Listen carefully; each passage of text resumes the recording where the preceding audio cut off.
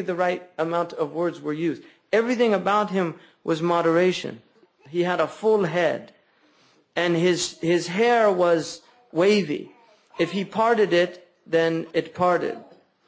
It never went past the lobes of his ears if he allowed it to go long, because sometimes he would cut it for ibadah, like the umrah or the hajj, when he shaved. But when he let it, it went to the lobes of his ears, and in some riwayah, just above the shoulder. And then he was azhar al-lawn, which azhar al-lawn is not white and it's not dark. It's a light-skinned, what we would call in English a ruddy complexion.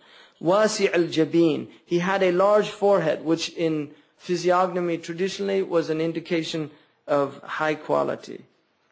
And then his eyebrows, they were full, and there was a slight space between them.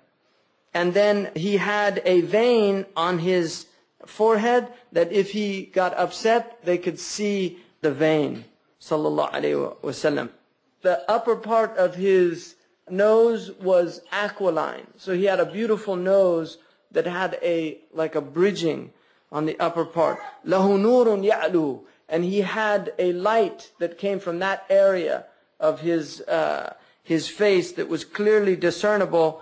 وَيَحْسِبُهُ مَنْ لَمْ يَتَأَمَّلْهُ أَشَمْ كَثَّ اللَّحْيَةِ.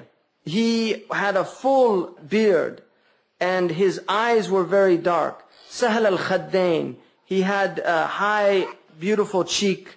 ضَلِيعَ الْفَمِ. He had a mouth that was full, so that when he spoke, his pronunciation was perfect. أشنب مفلج. His teeth were beautiful. There was slight space in the teeth. دقيق المسروبة. He had a light hair on his chest, which was manliness without having a lot of hair. وكأن عنقه جيد دمية. His neck was like a gazelle's neck. He had a beautiful neck and a high neck. And it was like a gazelle's neck. It had like a beautiful, like a silvery clarity to it. معتدل الخلق. He was balanced in all of his outward aspects.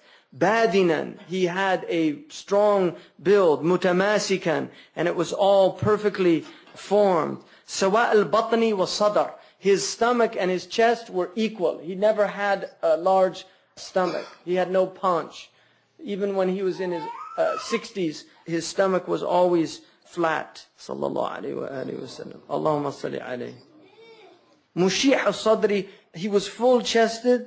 And ba'id ma bayn al-mankibayn. His shoulders were broad. And he had a large bone. Also his trachea, where it met there was space. وَالسُّرَّ بِشَعْرٍ يَجْرِ كَالْخَطٍ. And then he had a light hair also on his stomach. Sallallahu alayhi wa sallam. عَارِيَ الثَّجَّيْنِ. He had no hair over his breasts. مَا سِوَ ذَلِكَ أَشْعَرَ ذِرَعِينَ. He had hair on his arms and some on his shoulders and the upper part of his chest. And he had large, full hands and full palms. And his feet were arched, and he was sinewy and strong. Limbs were strong, and he had full calves. His feet were very smooth, which was also because they were desert people, and they walked a lot, and people's feet would have a lot of roughness to them. But his feet were so smooth that water would pour off. Sallallahu alayhi wasallam. And then when he walked softly. Honan. Because the Quran says, وَعِبَادَ الرَّحْمَنَ الَّذِينَ يَمْشُونَ عَلَى الْأَرْضِ هَوْنًا. He walked like that. But he was quick-paced, as if he was walking on an incline. Sallallahu alayhi wa sallam. وَإِذَا الْتَفَتَ جَمِيعًا. When he looked to somebody, he didn't just turn like this. He moved his entire body. Sallallahu alayhi wa sallam. To give full attention to that person.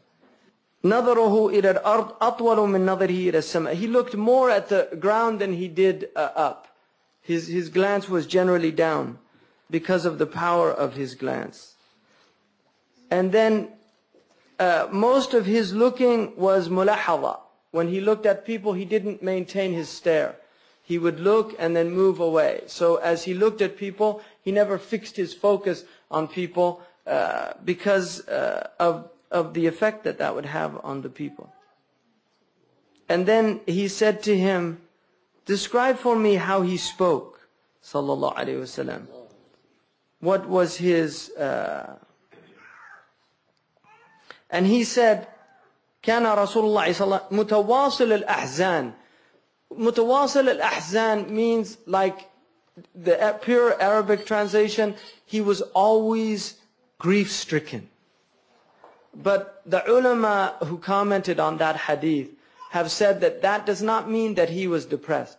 What that means is that if you looked at him, like if you saw him in the mosque, sallallahu alaihi wasallam, if you saw him in the mosque and you looked at him, you would think that he was grief-stricken, because the istighraq, his presence with his Lord, was so intense that his face would have a sense of being completely absorbed in thought. And so people that would look at him would think that he had huzn, but it was actually shiddat al-istighraq. And that's why the ulama say the other hadith, وَكَانَ دَائِمَ الْبِشْرَى, that he was always happy. The ulama say that when he was with al-Khaliq, كَانَ دَائِمَ الْأَحْزَانِ. لَمَّا كَانَ مَعَ الْخَلْقِ كَانَ دَائِمَ الْبِشْرَى. When he was with his Creator, that he was in a state of deep contemplation. When he was with creation, he was happy. He smiled. He always looked at people and smiled and made them feel joyful. He never made people feel depressed. He laughed at things that they laughed at. He told jokes. He liked to يمزحوا. And Aisha said, كان مزاحا في البيت. He was always joking with us in the house. النبي صلى الله عليه وسلم قالوا أمزح ولا أقول إلا الحق. I joke, but I never tell a lie in my jokes. Always I speak the truth. A man came to me, he said, Ya Rasulullah, أعرني جملك. Let me borrow a camel. He said, أعطيك ولد ناقة. I'll give you a baby of a she camel. He said, what would that benefit me, a baby of a she? Because he wanted to ride it. He said, doesn't every camel, isn't that a baby of a she camel? Sallallahu alayhi wasallam. And then another time, a woman, Ajuz, came up to him and said, Ya Rasulullah, أأدخل الجنة? Am I going to go to paradise? He said, لا تدخلن الجنة عجوز. Old women don't go to paradise. And she became so upset. And then he laughed and said, ستدخلين شابة. You're going to go in young and youthful. And then she was happy.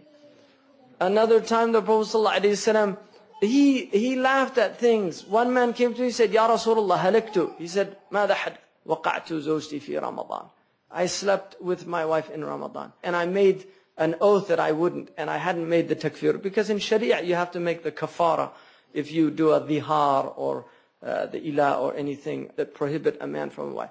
He said, what did you do? ما حملك على ذلك? What made you do that? He said, يا رسول الله, رأيت بياض حجليها في القمر فوقعت عليها. He said, I saw my wife in the moonlight and I couldn't help myself. And the ضحك رسول الله. He laughed at the man. He said, لا تفعل ذلك.